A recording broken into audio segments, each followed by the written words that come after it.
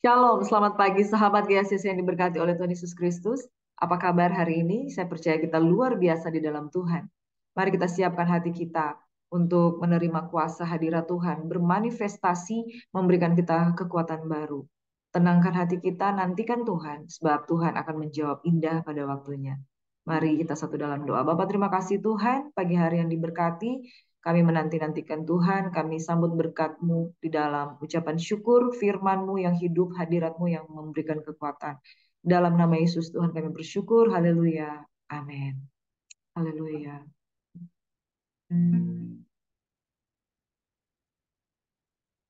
Haleluya.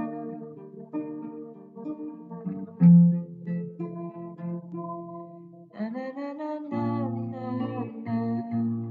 Na, na, na, na, na, na, na. Na, na, na, na, na, na, na. Na, na. Na, na, na, na, na, na, na. Na, na, na, na, na, na, na. Na, na, na, na, na, na, na. Na, na.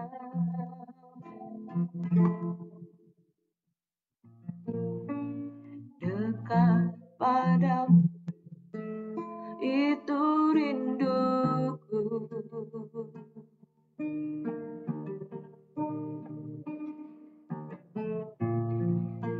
Setiap kataku kau pun menunggu.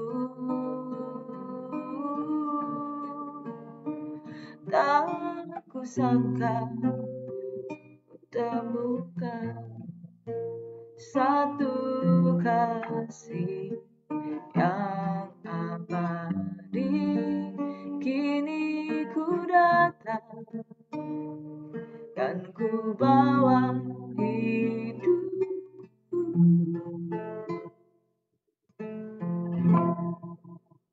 Sama-sama katakan, dekat padamu itu rinduku Tuhan.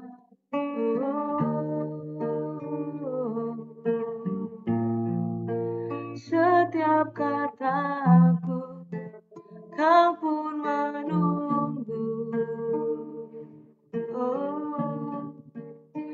Tak kusangka ku temukan satu kasih yang abadi. Kini ku datang dan ku bawa hidupku,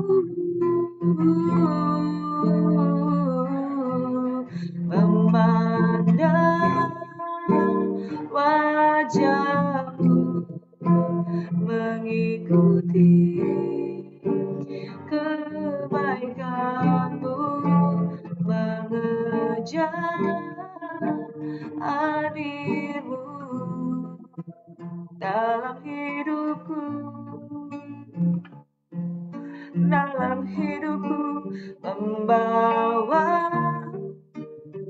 membawa sembahku, menyatakan kebesaran-Mu Tuhan, mengejar hadir-Mu Yesus dalam hidupku, dalam hidupku, dalam hidupku, dalam hidupku ada Yesus. Engkau yang menegakkan lutut yang goyah, Engkau yang menegakkan pengharapan di dalammu.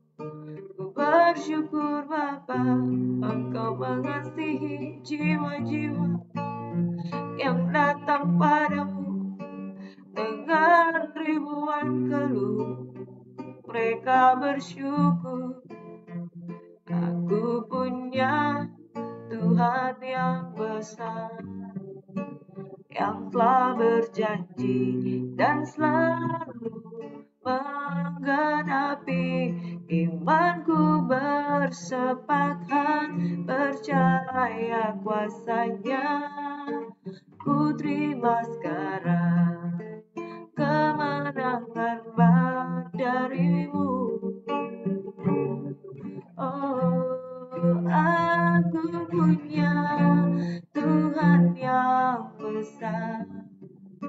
yang telah berjanji, yang sanggup menggenapi. Imanku bersepakat percaya kuasanya. Ku terima sekarang, ku terima sekarang, ku terima sekarang kemenangan darimu, kemenanganmu hanya dalam-Mu Yesus, kemenangan di dalam-Mu. Biarlah semua orang yang berdarah-darah dengan masalah, mereka berseru, Yesus, Yesus, Anak Daud, kasihanilah kami. Yesus, Yesus, Raja Damai. Yesus, Raja Damai. Ku bersyukur selalu. Jamah lebih lagi Yesus Tuhan, jamah lebih lagi Yesus Tuhan. Kaulah Raja, Kaulah Tuhan, Kaulah Tuhan. Kau yang berjanji, tak sekali pun Kau ingkari. Kesetiaan-Mu sungguh terbukti di sepanjang hidupku, tuh selamanya. Amin. Ku kan setia melayani, mengasihi-Mu. Haleluya. Tiada Tuhan seperti-Mu, Yesus.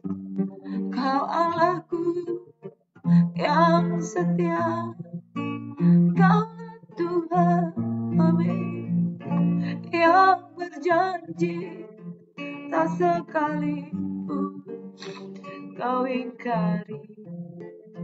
Kesetiaan-Mu Tuhan sungguh terbukti sepanjang hidupku, sepanjang jalanku, tuh selamanya bukan setia melayani, mengasihi seumur hidupku. Kaulah Tuhan yang berjanji, tak sekalipun Kau ingkari. Kaulah Tuhan setia bagiku, setia bagimu, setia bagi kita semua. Kau tak pernah tinggalkan. Haleluya, haleluya. Rasakan damai sejahtera daripada Tuhan. Haleluya. Menyembah bersama, haleluya. Menyembah dengan bersyukur, haleluya. Menyembah dengan memuji, haleluya. Menyembah dengan bersyukur, menyembah dengan mempersembahkan mazmur, puji-pujian bagi Raja, bagi Allah. Ya Rabalaba, ya Rabalaba, ya Rabalaba.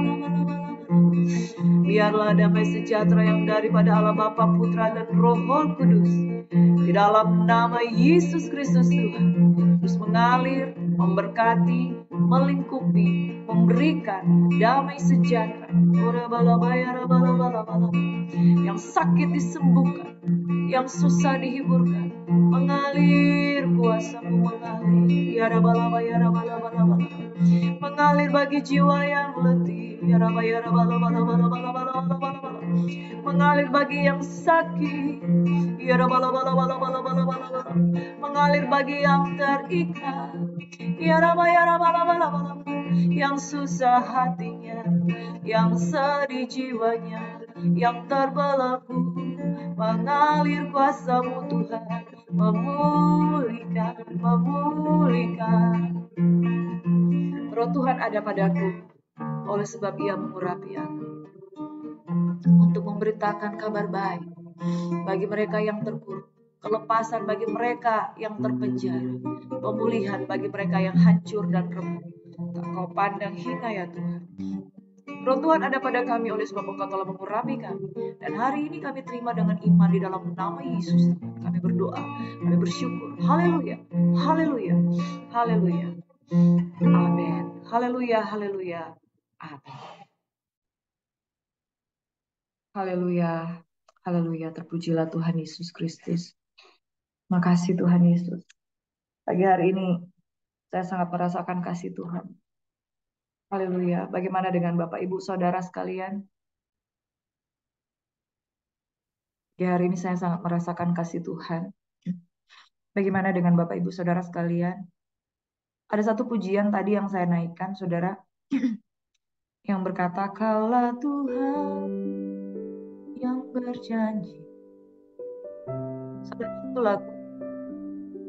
lagu yang menjadi rema dalam hidup saya.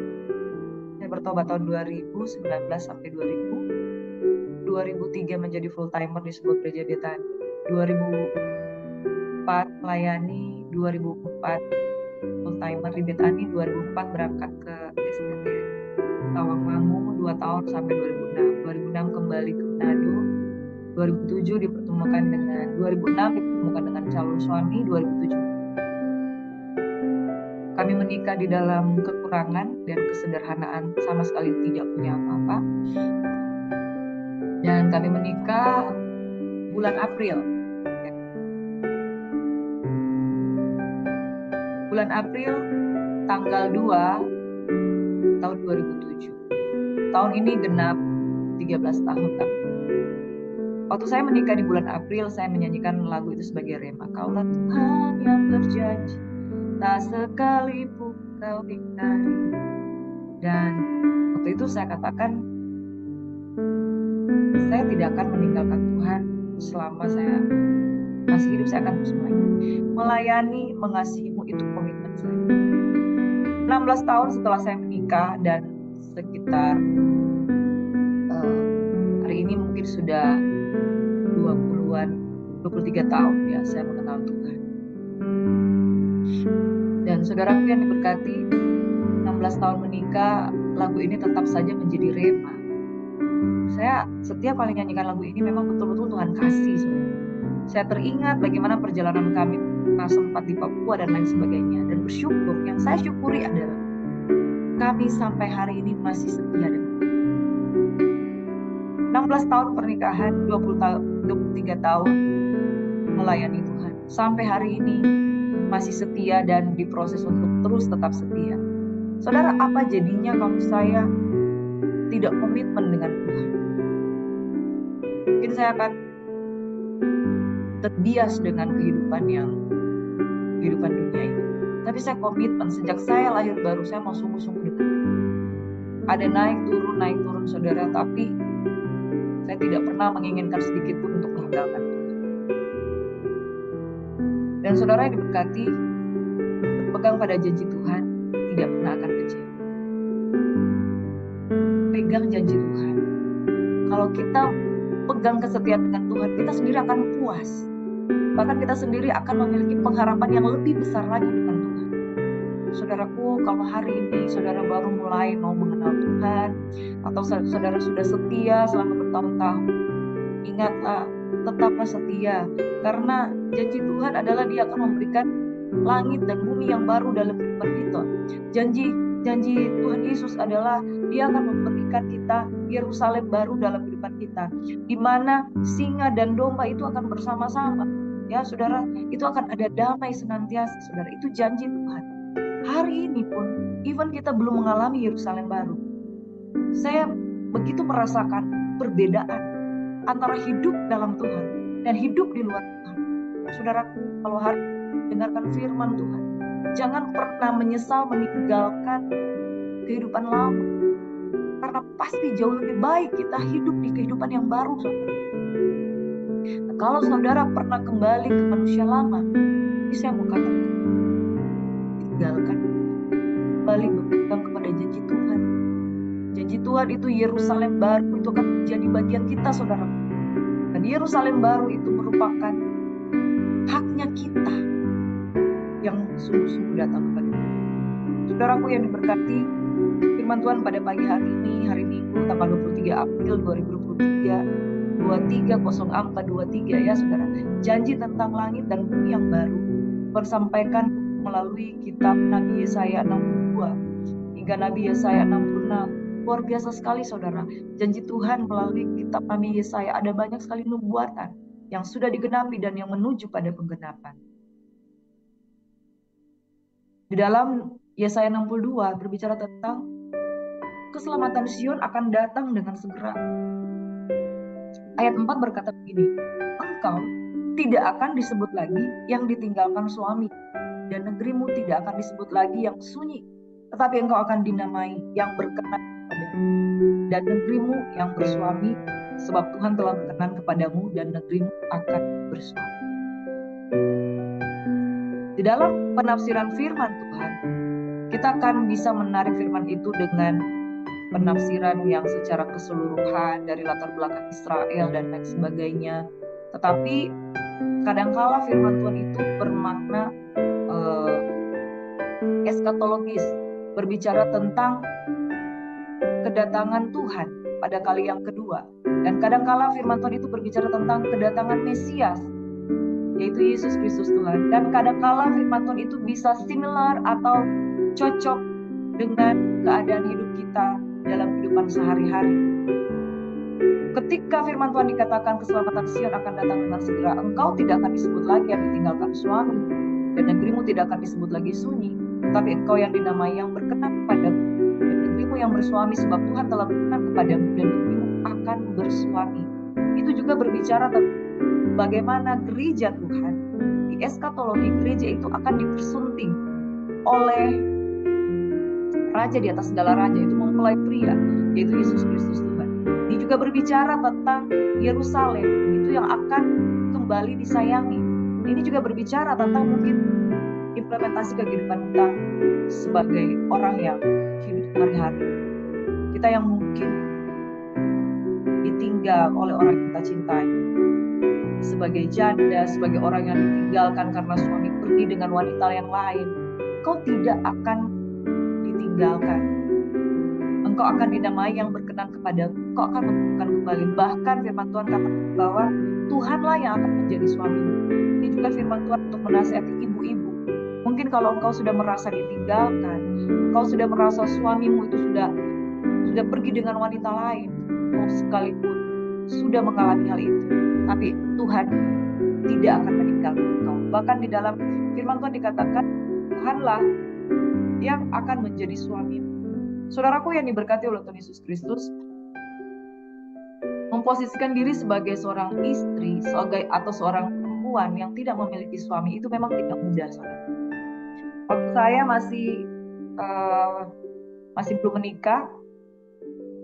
masih belum menikah, umur 25 tahun saya sudah mikir, kapan saya menikah? Saya nggak mau menjomblo seumur hidup. Saya tidak mau jadi perawan tua. Jadi saya waktu umur 25 tahun udah mikir, Tuhan saya minta jodoh yang dari Tuhan. Jujur saudara, sebagai perempuan, hidup single itu nggak enak. Hidup single itu nggak enak. 25 tahun saya sudah mikir, sudah bertobat, Tuhan saya sudah bertobat ini, kapan saya dapat jodoh? Lalu saya mulai minta, mau yang terbaik. Pernah punya pacar tapi nggak di dalam Tuhan itu nggak enak, membinasakan. Jadi saya minta yang dari Tuhan. Saya minta orang yang bisa membawa saya dalam keluarga yang baik, bukan seperti keluarga latar belakang masa lalu kami. Dan saya berdoa minta jodoh yang dari Tuhan. Nah, saudara, hidup tanpa suami itu nggak enak, saudara. Hidup tanpa pasangan itu nggak enak. Rasanya lonely karena Tuhan ciptakan kita itu berpasang-pasangan, kecuali dipanggil dengan karunia khusus seperti Paulus. Tapi kalau Tuhan ciptakan kita tidak dengan karunia khusus, saya himbau saudara, carilah jodoh yang takut akan Tuhan. Karena kalau kita sendiri, orang yang menyendiri mencari keinginannya sendiri, amarahnya meledak kepada setiap pertimbangan. Ada orang yang dikaruniakan khusus untuk tidak menikah, supaya dia bisa melayani Tuhan dengan leluasa.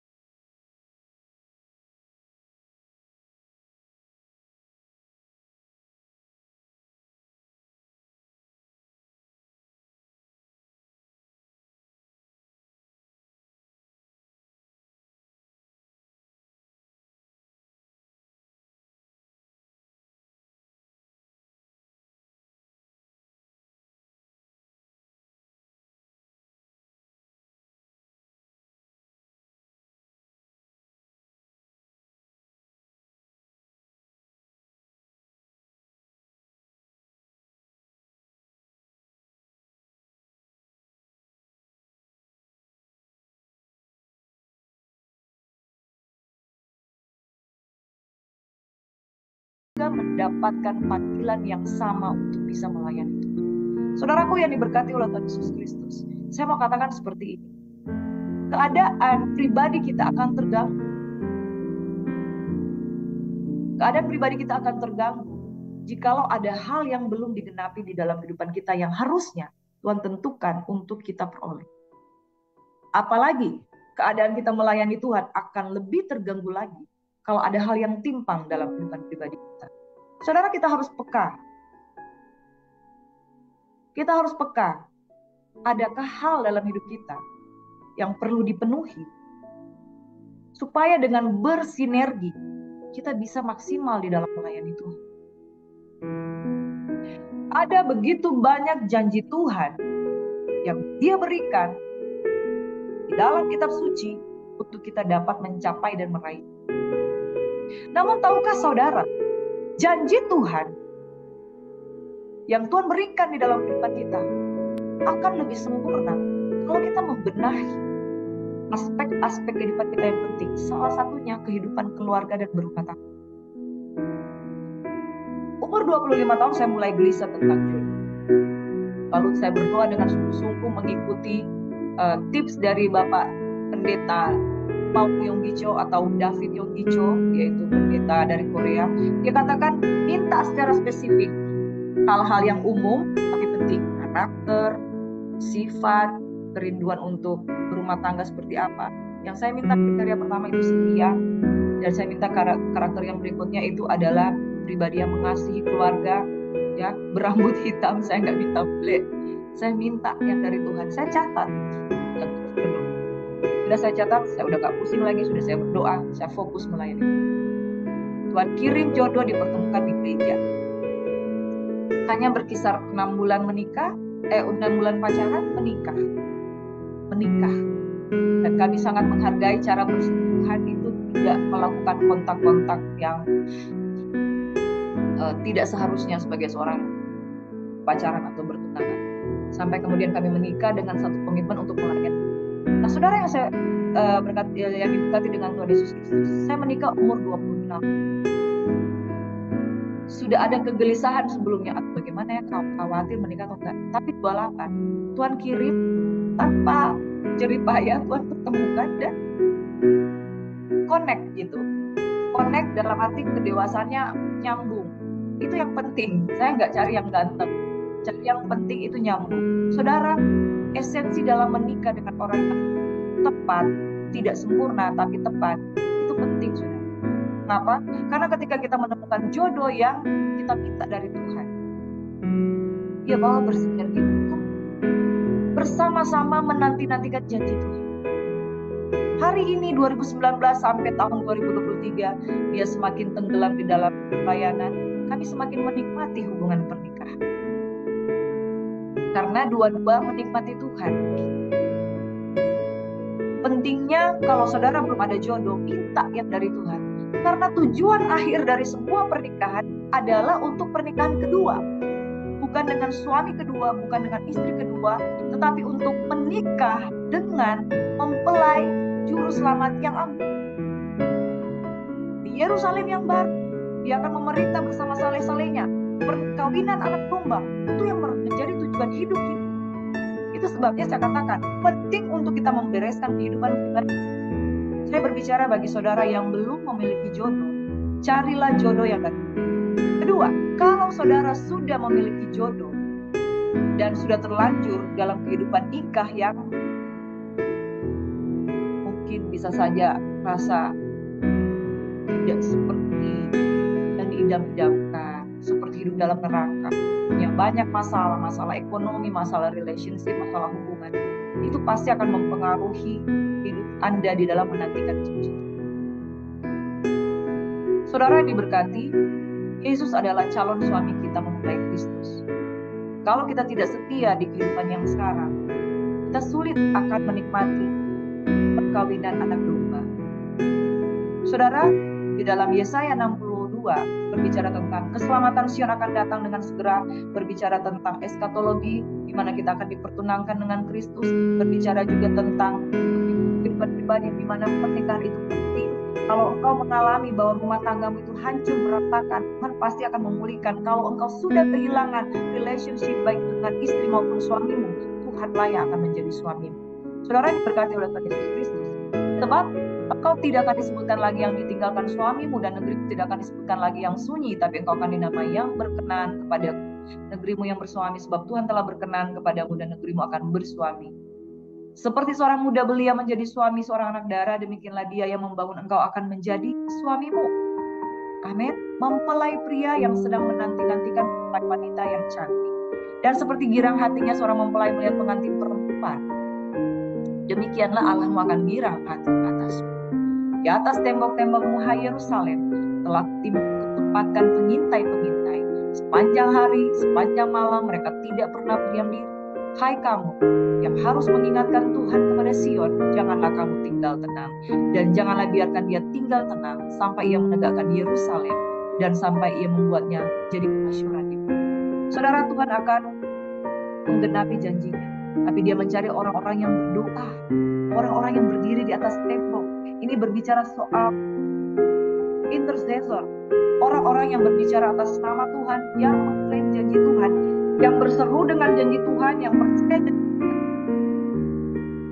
Tuhan mencari pendoa-pendoa syafaat yang radikal di akhir zaman, sampai ia menegakkan Yerusalem. Amen. Saudara, janji tentang Yerusalem baru, saudara, Tuhan pasti akan genapi, tapi dia butuh partner. Saya tadi mendengarkan firman Tuhan tentang wanita yang 12 tahun pendarahan. Ternyata wanita yang 12 tahun berdarah ini adalah dia memiliki jiwa yang tertolak. Karena memang pada zaman dulu, orang yang 12 tahun pendarahan itu dianggap unclean, najis, tidak diterima. Tidak diterima sehingga dia mau memegang jubah-jubah saja itu seperti tertolak. Tapi dia punya iman. Dia di tengah kerumunan orang, dia menguakkan tabir-tabir manusia, dan dia pegang jubah-jubahnya, hanya jubah-jubahnya. Ketika dia pegang jubah-jubah Yesus, dia mengalami kesembuhan. Kemudian Yesus berhenti dan berkata, siapakah itu yang memegang jubah-jubahmu? Murid-muridnya heran. Tuhan, Rabi, kan ada banyak orang di sekeliling. Kenapa engkau heran kalau ada yang menjamah jubah-jubahmu? Bukankah mereka berdesak-desakan dan kita tidak tahu, tentu semua orang sudah menjamah? Dia bilang, tidak. Saya merasakan ada kuasa yang keluar dari dalam. Siapakah yang memegang jubah-jubahmu? Dan perempuan itu sangat ketakutan, dia yang memegang jubah-jubah. Lalu Tuhan berkata, imanmu yang telah menyembuhkan engkau. Di antara begitu banyak orang yang mengerumuni Yesus, tenaganya keluar pada satu perempuan yang hanya memegang sejumput jubah-jubah Yesus, dibandingkan dengan orang-orang yang memegang dengan berdesak-desakan. Apa yang membuat perbedaan di sini, saudara? Iman itu yang menarik janji dan kuasa Tuhan. Iman itu yang menarik bahwa kuasa kesembuhan itu bisa terjadi. Perempuan yang desperate, perempuan yang tertolak, yang sudah kehilangan harga dirinya, yang dia mungkin memiliki hidup yang pahit karena dia tidak pernah diizinkan untuk beribadah karena dia unclean. Dia punya satu tekad, ini harus saya sembuh, karena saya jarang bisa ketemu dengan Rabi. Dia pegang jubah-jubah Yesus, dan karena iman, tenaga. Saudara, ini yang saya mau katakan. Bukankah kita adalah calon mempelai Kristus? Ada begitu banyak janji Tuhan yang dia sediakan. Dan saudara, kalau hari ini kau dalam keadaan sakit, kau dalam hari ini seperti perempuan yang pendarahan itu, kau punya masalah yang membuat engkau selalu menangis, atau engkau punya banyak masalah yang saking banyaknya masalah engkau jadi pahit dan sulit berharap kepada Tuhan. Hari ini bangkitkan imanmu. Wanita yang 12 tahun pendarahan itu, dia punya iman, maka janji-janji itu dia terima. Kita akan terus berbicara tentang janji Tuhan. Saya sisipkan cerita ini untuk mengatakan, kalau kita bersikap seperti wanita 12 tahun pendarahan itu, jamah jubah-jubah Yesus, maka itu kuasa itu akan. Kalau kita tidak punya iman, sekalipun berdesakan dengan Tuhan, tidak terima apa-apa. Amin. Mari kita lihat janji-janji Tuhan. Di dalam Yesaya 63 firman Tuhan berkata, seperti ternak yang turun ke dalam lembah, Roh Tuhan membawa mereka ke tempat perhentian, demikianlah engkau memimpin umatmu untuk membuat nama yang agung. Amin. Saudara, Tuhan berjanji akan memimpin umatnya. Dan di Yesaya 64 dikatakan, sekarang ya Tuhan, engkaulah Bapa kami, kamilah tanah liat. Engkaulah yang membentuk kami, dan kami sekalian adalah buatan tanganmu. Tuhan, jangan murka amat sangat, dan jangan mengingat-ingat dosa untuk seterusnya. Sesungguhnya, pandanglah kiranya, kami sekalian adalah umat. Pasal 65 ayat 1 berkata, ini luar biasa sekali, saudara. Nah, kalau baca ayat 1 ini membuat hati saya bersemangat dan terharu. Aku telah berkenan memberi petunjuk pada orang yang tidak menanyakan aku. Aku telah berkenan ditemukan oleh orang yang tidak mencari aku. Aku telah berkata, ini aku pada bangsa yang tidak memanggil namaku. Sepanjang hari aku telah mengulurkan tanganku kepada suku bangsa yang memberontak, yang menempuh jalan yang tidak rata dan mengikuti rancangannya sendiri. Saudaraku, bahkan sebelum kita meminta petunjuk, Tuhan sudah berkenan. Ketika dia berinkarnasi menjadi manusia, dia Allah yang transenden, itu kemudian menjadi Tuhan yang bisa didekati oleh siapa saja, bahkan bisa bersentuhan. Tuhan berkenan ditemui oleh orang-orang yang tidak mencari, orang yang tidak menanyakan, orang yang tidak mencari Tuhan. Tuhan berkenan ditemui. Artinya apa, saudara? Jangankan seperti di Yesaya 64 ayat 8, Tuhan ampuni saya. Sementara orang yang gak cari saja, Tuhan yang beri kesempatan. Ini aku loh, ini aku. Hanya kita perlu berespon. Seperti wanita yang 12 tahun pendarahan. Dia berespon, dia beriman, dan dia menerima kuasa. Saudaraku, saya tahu tidak mudah apa yang kau alami hari ini. Tidak mudah apa yang kau alami dengan masalahmu yang mungkin hanya kau sendiri yang tahu. Mungkin kau harus membayar cicilan. Mungkin engkau harus berurusan dengan mertuamu yang sakit. Mungkin engkau harus berurusan dengan anak cucumu yang tidak suka dengar-dengaran dengan engkau. Itu pahitnya hati kita. Membuat kita bukan sembuh, tapi terikat dengan dosa. Makin terikat dengan dosa. Jangankan kita katakan, Tuhan ampunilah dosa-dosa. Tuhan bilang begini, jangankan dosamu, aku aja yang tidak pernah ditanyai. Tuhan ini gak pernah diharapkan, gak pernah dicari. Aku berkenan ditemui oleh Engkau. Apalagi Engkau berkata, ampuni dosaku. Tuhan terlalu sanggup sendiri untuk Engkau temui. Amin. Dan satu hal, saudara, janji mengenai langit yang baru dan bumi yang baru. Pasal 65 ayat 17 berkata, sebab sesungguhnya aku menciptakan langit baru, bumi baru, hal-hal dahulu tidak akan diingatkan lagi. Saudara, sudah ada yang baru. Dosa tidak akan diingat lagi. Tidak akan timbul lagi dalam hati. Bergiranglah dan bersorak-sorak selama-lamanya atas apa yang kuciptakan. Aku menciptakan di Yerusalem penuh sorak-sorai dan penuh kegirangan. Di situ tidak akan ada bayi yang hanya hidup beberapa hari, atau orang tua yang tidak mencapai umur suntuk. Sebab siapa yang mati 100 tahun akan dianggap muda. Siapa yang tidak mencapai umur 100 tahun akan dianggap kena kutuk. Mereka akan mendirikan rumah, mendiaminya juga. Mereka akan menanami kebun anggur, memakan buahnya juga. Mereka tidak mendirikan sesuatu supaya orang lain mendiaminya. Dan mereka tidak akan menanam sesuatu supaya orang lain memakan buahnya. Sebab umur umatku akan sepanjang umur pohon. Dan orang-orang pilihanku akan menikmati pekerjaan tangan mereka. Mereka tidak akan bersusah-susah dengan percuma dan tidak akan melahirkan anak yang akan mati mendadak. Sebab mereka itu keturunan orang yang diberkati dan anak cucu mereka ada beserta mereka. Bahkan ayat 24 ini berkata, maka sebelum mereka memanggil, aku sudah menjawab. Ketika mereka sedang berbicara, aku sudah mendengar. Serigala dan anak domba akan bersama-sama makan rumput, singa akan makan jerami seperti lembu, dan ular akan hidup dari debu. Tidak ada yang akan berbuat jahat atau yang berlaku busuk di segenap gunung. Saudara, mari kita menanti-nantikan janji Tuhan. Kalau kita berkata, ampunilah dosa, jangankan dosa yang tidak cari Tuhan saja, yang tidak menanyakan Tuhan saja, Tuhan berkenan ditemui. Apalagi yang minta ampun akan dosa. Tuhan akan sangat mengampuni. Janji mengenai langit yang baru dan bumi yang baru, damai sejahtera senantiasa selama-lamanya ada di sana.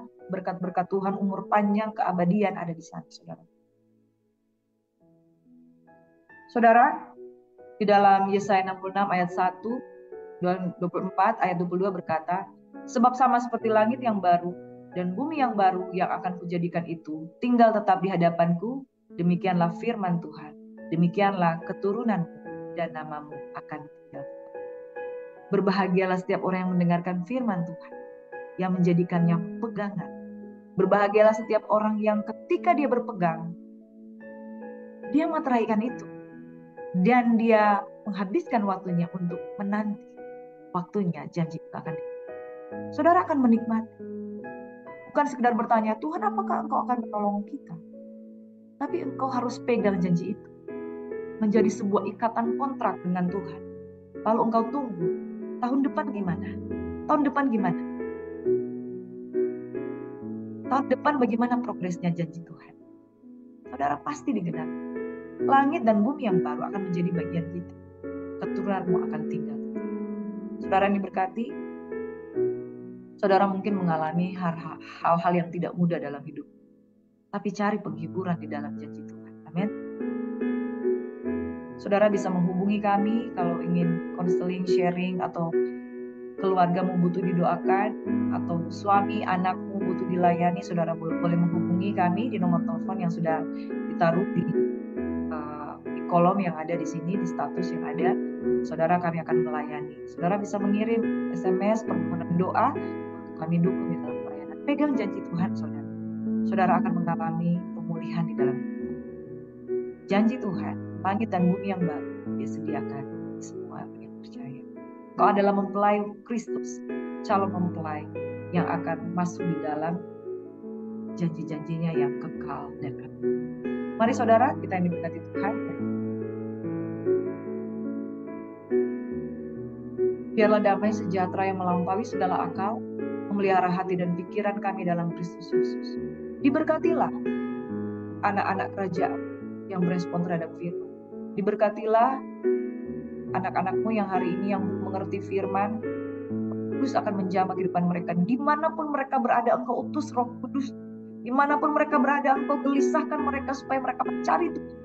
Dan kalau mereka ditangkap oleh Tuhan untuk menerima janji-janji Tuhan dan hidup dalam nama Yesus, mereka yang punya masalah-masalah ekonomi, finansial, mereka yang punya masalah-masalah hubungan dengan mertua, hubungan dengan orang tua, hubungan dengan anak, hubungan dengan kakak beradik, hubungan dan sengketa karena perebutan harta, hubungan sengketa karena perebutan tanah, kami berdoa dijamah, dilawat oleh Tuhan, dipulihkan, dan Tuhan yang memberikan jalan keluar bagi setiap persoalan pergumulan.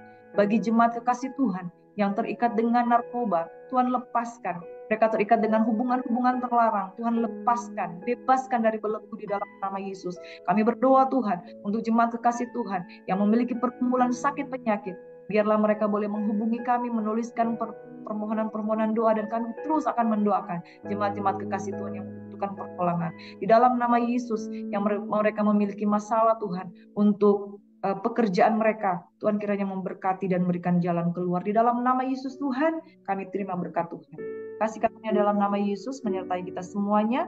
Pertolongan dari Allah Roh Kudus membuat kami dipenuhi, dikuatkan, dihibur, dan dijadikan alatnya Tuhan menjadi berkat. Dalam nama Yesus Tuhan kami bersyukur. Haleluya, haleluya. Amin. Shalom kekasih-kekasih Tuhan. Tuhan Yesus senantiasa memberkati kita. Selamat beraktivitas. God bless you.